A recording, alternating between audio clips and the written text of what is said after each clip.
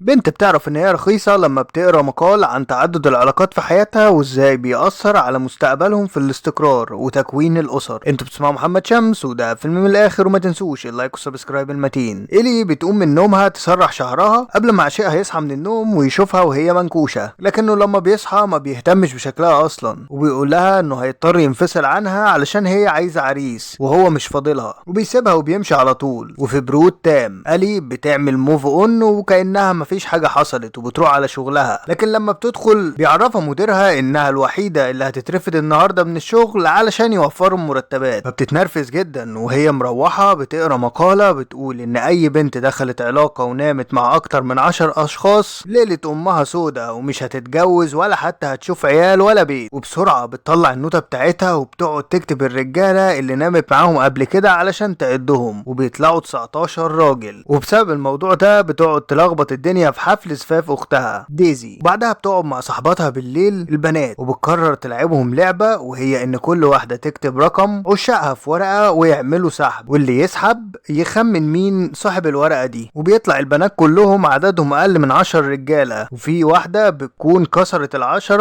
وبيكون عددها 13 راجل. لكن وقتها البنات بيقعدوا يتريقوا عليها ويقولوا لها يلا يا سهلة يا رخيصة. فبتحاول إلي تضيع ورقتها او تقطع حتى رقم الواحد اللي جنب التسعة، لكنهم بيعرفوا ان هي برضه، وبتعرفهم بان دي مشكلتها دلوقتي، وبتعرفهم بالمقالة اللي قريتها. لكن في واحدة منهم بتعرفها ان باقي المقالة بتقول ان الدراسات مكتوبة ان الراجل ال20 هو اللي ممكن تكملي معاه حياتك وتتجوزيه، ولو كسرت الرقم ده خلاص مش هيبقى لك امل انك تكوني اسرة تاني. لكن تاني يوم الصبح بتلاقي مديرها نايم جنبها بسبب ان هي سكرت وما شافتش حاجة بالليل، وبتعرف ان هو ده ال20 وهي ما بتكونش طايقاه اصلا، وبتحاول تطرده من بيتها لغايه ما جارها كولين بيخبط عليها وبيفهمها بسرعه وبيطرده هو بشياكه، وهي كمان بتساعده لما تعرف ان هو بيهرب من البنت اللي كان نايم معاها في شقته بالليل. وبعدها بتنزل تقابل ديزي علشان تجهيزات الفرح بتاعها، وبتشوف ساعتها الاكس بتاعها دونالد اللي كان تخين جدا زمان وخس دلوقتي، وكمان هيتجوز من بنت جميله. وبتقرر إلي بعدها ان هي ترجع لواحد من ال20 الراجل اللي كانت معاهم قبل كده، اللي اكيد في حالة منهم من الحالات اتحسنت. وبتعرض على كولين فكرة ان هو يساعدها في البحث عنهم قصاد ان هي تهربه من علاقته العابرة بالبنات. وبيوصلوا لواحد انجليزي اسمه سايمون هيطلق مراته قريب، لكنها بتتلخبط وبتدخل البيت اللي جنبه وبيطلع دونالد اللي ساكن فيه، بتكون دخلت بالغلط وبيعتذر له وبيخرجوا على طول. وبتقابل بعدها سايمون وبيخرجوا مع بعض، لكنها بتحاول تغريه باللكنة الانجليزي وهو بيفتكرها بتتريق عليه فبيهرب منها على طول. وبعدها بتقابل جيري اللي لسه شغال محرك للعرايس، لكنها بتلاقيه لسه فاشل في حياته فبتسيبه وتمشي. وكولين بيعرفها باللي بعده وبيكون توم رجل سياسي معروف، ولما بيشوفها بيفرح بيها جدا وبيعزمها على حفلة بالليل هاي كلاس. ولما بتغير هدومها وبتروح له الحفلة بيعرفها انه عزمها النهارده ده لانه عجلة، والناس كلها ابتدت تعرف الموضوع ده. وجودها جنبه هيبعد عنه الشكوك وهيديله فرصة انه يكسب منصب اعلى من اللي هو فيه. فبتخلع إلي على طول، وكولين بعدها بيحاول يبسطها ويرتب لها العرايس اللي هي بتصنعهم في بيتها كهواية، وفعلا بينجح في ده، وما بتقدرش تمنع نفسها انها تدخل معاه في علاقة حتى لو هو الراجل ال21. وبسبب حبه ليها بتكتشف انه كان بيظهر لها العلاقات الفاشلة في حياتها بس، وبيبعد عنها الاشخاص الناجحين. فبتقعد تتخانق معاه وبتبعد عنه على طول، وبترجع تكلم واحد من الاكس بتوعها اسمه جيك، وبيكون شخص ناجح جدا في حياته ورجل اعمال، وبيرجعوا لبعض تاني، وكل اللي حواليها بيكونوا فرحانين ليها جدا. لكن إلي في الفرح بتاع اختها بتعتذر للناس كلها وبتعرفهم انهم لازم يختاروا الانسان اللي هيرتاحوا معاه لباقي حياتهم، مش اللي الناس شايفينه صح في حياتها. وبتهرب على طول من فرح اختها علشان تدور على كولين في الفرح اللي كان رايح ليه، وبعد ما بتلاقيه فعلا بتعتذر له عن كل اللي حصل منها، وبتعرفه انها قررت تكمل معاه باقي حياتها حتى لو هو الراجل ال21. وبيكلمها بعدها واحد بيعرفها انها ما دخلتش معاه في علاقة قبل كده، وده معناه ان كولين هو رقم 20 وانها هتنجح معاه حسب كلام الدراسات. ولحد هنا يكون خلص فيلمنا، وتنسوش بقى لايك شير سبسكرايب فيلم الاخر عشان يوصلكم كل جديد.